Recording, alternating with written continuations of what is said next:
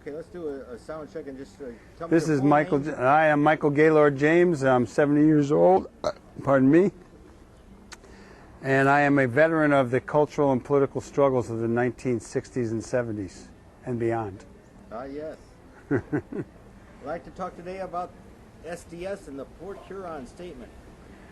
Can you tell me where you were in 1960 when it was written? Not that you were paying attention, but You know, in 52, from right? It was 50 years ago. yeah, so it would have been 62. Yeah.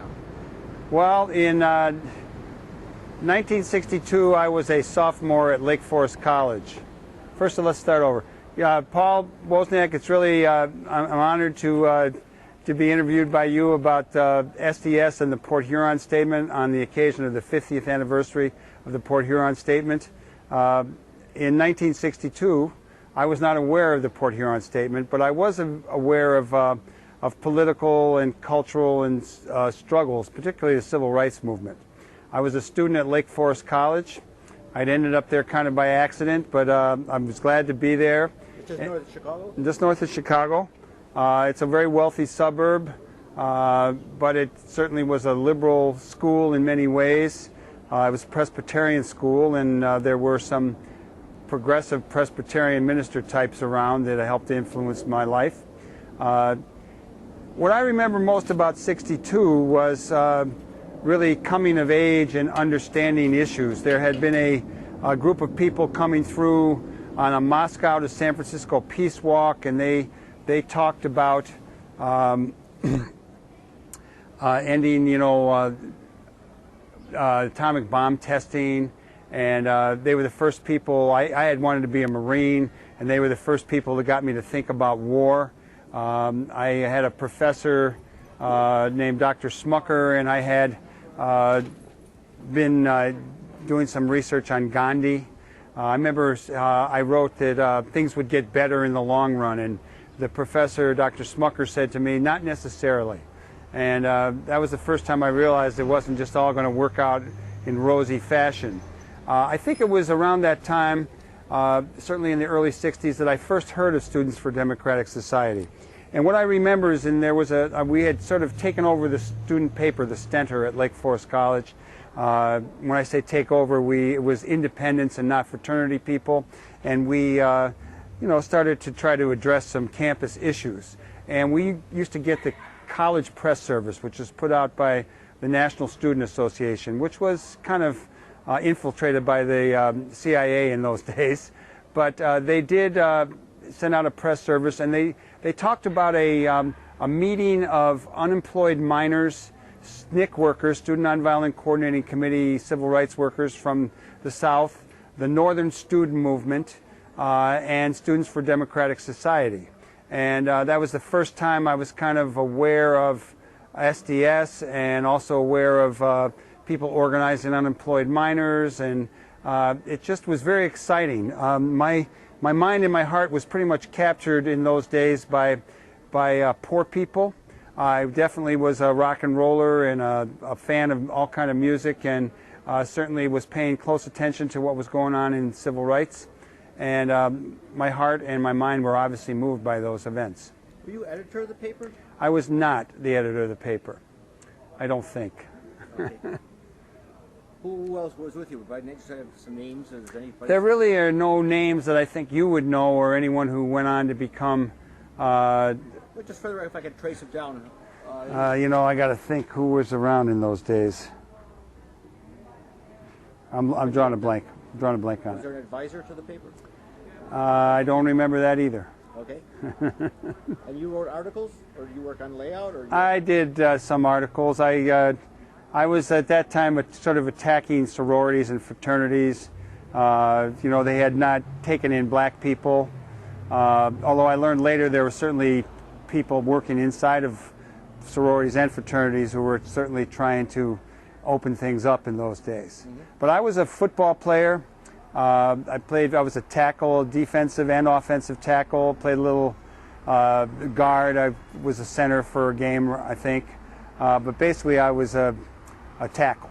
Now, Lake Forest College, actually, that gets a lot of Eastern prep school students? It had a few. It didn't have that many. I think Lake Forest in the 1960s was trying to up its game, and so they were recruiting, they would recruit kids from the East Coast who didn't get into better schools, and they had what I would call North Shore screw-ups, people who had been to better schools, who were back home for some reason, who were kids of some money and, upper middle class, upper class. And then there was also upwardly mobile kind of working class kids coming out of Chicago in the suburbs. Fathers were beer truck drivers, that kind of thing. So they were kind of moving on up. So it was a real interesting mix. And by 1962, they actually went after a number of African American students, and there were some kids who went on to do some pretty hot stuff coming out of the East, as well as kids out of the south side of Chicago. Okay. Can I have your birth date just for the record? I was born on January 16th, 1942. I was born in Manhattan in New York City. And I think I have an Aquarius rising, and I'm a double Capricorn. Oh. Now, having grown up in that era, one thing that I realized, the mixture of politics and family life. A lot of us, say, had problems with our fathers or their order of living, and then there was a new, like don't grow your hair long, dress like a businessman or whatever. And did you have that in your family? Your father was... My dad would lean on me in many ways, but he also gave me some free rein. My dad was an interesting guy. I mean, he would not buy any... At that time, he wouldn't buy anything from Wisconsin because of Senator McCarthy. Later on, he had a beef with over a TV deal with Lyndon Johnson, so he wouldn't buy anything from Texas. My dad had been in the old group theater with Morris Karnofsky, and there were some progressives around that. And I remember meeting a guy named Glazer. I think he was a folk singer who had been blacklisted. So we had interesting friends. They were certainly a cultural community of people, artists and TV people and advertising people and movie people, radio people, some of whom were progressive. I always remember there was no question around civil rights or a number of the UN was a big deal in my hometown. People raising money for it. What's that? Pro or against? Pro. United Nations. Yeah, there was, Leonard Bernstein doing benefits for SNCC a little bit later. There were some real serious progressive people in my town. I didn't know many of them, or I didn't know much about them, but the general vibe was pretty culturally, socially progressive, I would say, or liberal. When did you first hear about the Port Huron statement? Well, once I learned about SDS, I kind of was in my radar, and I think it probably wasn't until I went off to the University of California at Berkeley. That was in 1964, and I had won a Woodrow Wilson Fellowship. I went to Berkeley for sociology. When I showed up at the Berkeley campus, the police car was surrounded. Jack Weinberg, who went on to work for Greenpeace, he was in the police car. What the university... You say you were there. I mean, you were there when this was taking place? That it was a couple of days that they surrounded it or something? Oh, yeah. We had the police car surrounded, and the campus was immobilized. There's a lot of information. Berkeley in the 60s is a book. There's a movie about Berkeley. There's just a lot of history on it. And I basically got involved in the free speech movement, and I remember someone saying, "There's the SDS," and some people with a sign that said Students for Democratic Society. And that was my first real, I talked a little earlier about hearing about a conference with unemployed minors and radical students, but I think the first time I heard the word SDS and it resonated was at the while we were sitting around the police car in Sproul Plaza at Berkeley, and that would have been in the fall of 1964. Not too long after that, I met a traveler for SDS, a guy named Mike Davis, who's written a number of books and worked for Grove Press, and he's quite a well-known writer and comprehensive dude. And he came around and talked to me about SDS, and then I met Paul Booth, I may have met Booth a little later. I remember writing to SDS, who were located on 63rd Street in Cottage Grove here in Chicago, because I had heard that they were doing this interracial movement of the poor. And that was really up my alley. Even at Berkeley, I was actually trying to figure out how you would bring poor working whites and Latinos and blacks and Native Americans, etc., together. So I was studying conflict theory and trying to figure out how you unify people. How the opposite is true. If people are angry at each other, how they can become unified. So I wrote to SDS and I said, I'd like to become involved in this interracial movement of the poor. And SDS had a series of what they call the Economic Research and Action Projects around the country, where college kids would leave school and go into poor and working neighborhoods, mainly white, but some of them were a little mixed, in Cleveland, in Chicago, Minnesota, Boston, Newark, and would try to organize poor people so that they would help to build the base that would be about changing the world. And I got a letter back from probably Paul Booth, it could have been Clark Kissinger, I'm not sure, basically saying, well, you have to do it. So from that time on, I was not only involved in writing papers on the war on poverty and organizing poor people and southern white migrants in Chicago, but I also was certainly following Vietnam and the rights of students on campus, and I was possessed. I didn't want to stay in school anymore. My intentions were to leave campus and to become a community organizer. I had been influenced by Saul Alinsky, a guy I met later on. I became a little critical of his stuff as not really trying to change the system, but just to get a better share for everyone involved. I can relate to that now, but then it was like, we were moving towards socialism and a different thing. Yeah. So I got arrested during the free speech movement. I was involved in the Students for Democrat. I went to the Berkeley Police Department. I would find a mugshot of you. Somewhere there is, although I hope that stuff didn't get expunged. It could have. But lo and behold, that was my first arrest, Berkeley, California, 1964. It wasn't the first time I'd been involved with any police, but it was the first time that I actually got hauled off to the Santa Rita County Jail. And we got out of jail that night. We rushed right back to the campus. We tried to stop the trucks from delivering food for the student dining services. Yeah.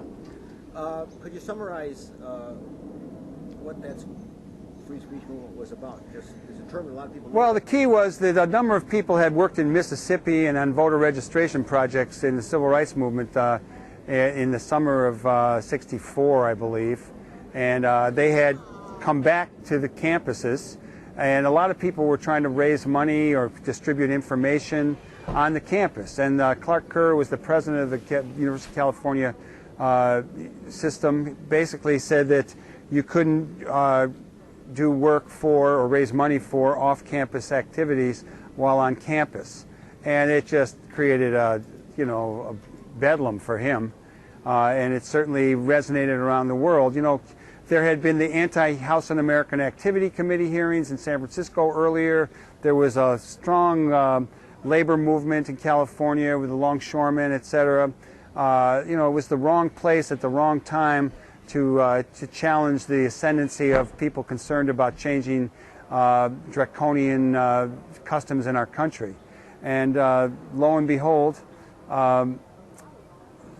got arrested. We got involved. There was, I think, 190 people were dragged out of Sproul Hall Plaza. You made some new friends that night. I made a lot of friends that night, and some of them I'm still good friends with. I was learning a lot in those days, but the thing that captured, the Vietnam War was coming on the scene, so to speak, but what really captured my heart and my interests and my imagination was trying to organize poor people to make a better life. From the get-go that we were going to leave the campus, I was either going to go to work in Newark with Tom Hayden, before I was going to go to work in either Newark or in Chicago with Rennie Davis and Tom Hayden in Newark. What came on the scene for me was we tried to organize the Oakland Community Project. And we moved into West Oakland at 7th and Henry Streets. It was mostly white kids. There was one black student. And we were working around in Peralta Village. They were tearing down some fences, and we tried to work with the people there about what was going to happen. I remember meeting the people from Peter Morinhouse and the Catholic Workers of the World, who were kind of socialist, old drunk, homeless type guys. You know, there was remnants of Wobblies around in those days, the Industrial Workers of the World. It was the wrong time to be going into a black neighborhood. The Black Power movement was on the ascendancy. You know, the Black Panther Party came out of West Oakland a couple years later. You know, the war in Vietnam was escalating. So we were starting to dedicate ourselves to the slow, ongoing work of working with people, helping them go through changes, raising their consciousness, learning from them, putting it together to bring about some change. But what really was happening was the students at Berkeley and the activists were trying to stop the troop trains that were coming through, bringing young conscripts to send them off to war in the Far East. I've seen pictures of Berkeley of the 60s movie where there were students blocking intersections and... Yeah, that's it. I'm on the cutting room floor of that movie. Someone told me there was footage of me, which I'd love to find and see someday, but yeah. I don't think I made the movie. Yeah. Okay. I'm in other movies, though. Yeah. Okay, well, how did this make you popular with your family?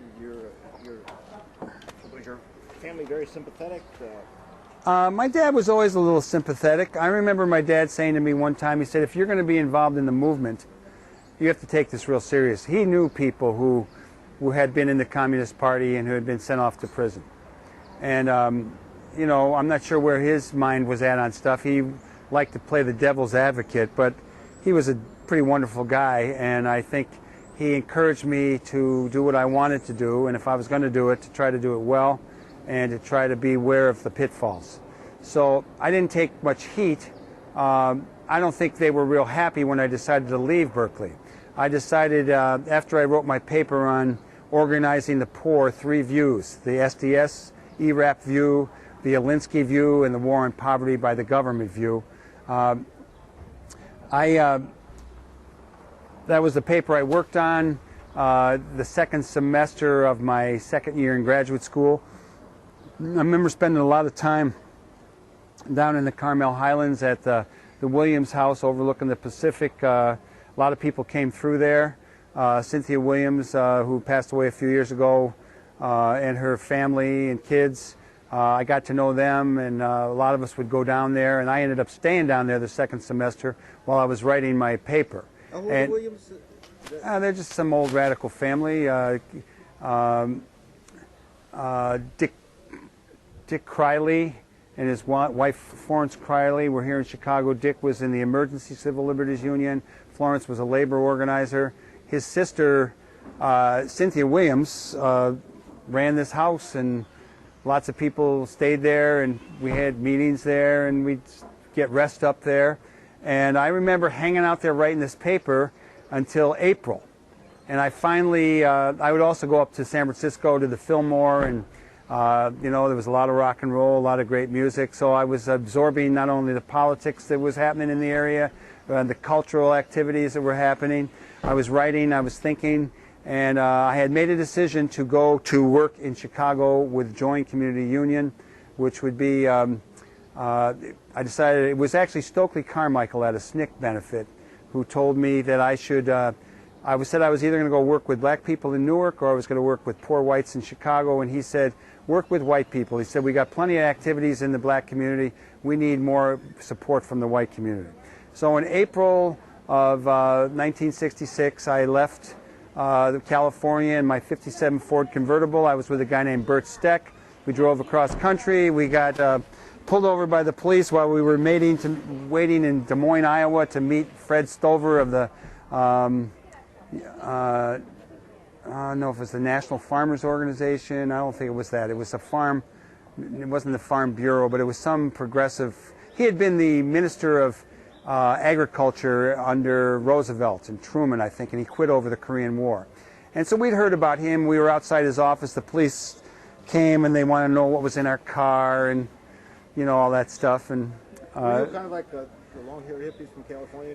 my hair was a little long, but I was, you know, I was nowhere where I would end up years later, even though now I have shorter hair. I was never like a hippie. I was always kind of I consider myself a progressive person both on the cultural and political front. So I definitely, there were a lot of activities that you would call hippie activities. There were also a lot of, I didn't ever think of myself as a member of the yippies or the hippies. I was like, you know, I was an SDS member. Once I signed up with SDS, a little later I became a national officer on the National Interim Committee, and I had great loyalty to SDS, and I still have great love for the people and the experiences I have and the work that we did. Yeah. Now, the word liberal, was that word that you stuck to yourself? We didn't use the word liberal at the time. Liberal was bad. Liberal were what they are today. You know, they're better than the right-wing Republicans, but they, you know, liberals were not necessarily about transforming the system, but again about making the system more equitable. So it wasn't a critique of capitalism as we came to know it later on.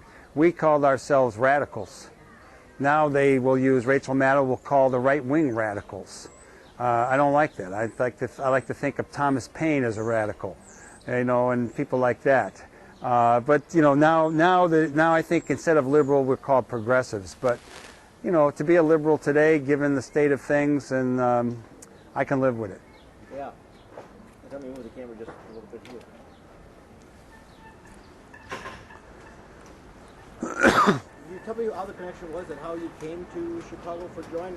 Who was it you talked to? When and how did you make that mental transition? I had first come to Chicago in 1942 to visit my grandparents on the South Side on Euclid Avenue in South Shore. My dad had gone to Hyde Park High School and had later on gone to the University of Chicago. He played a little football under Alonzo Stagg.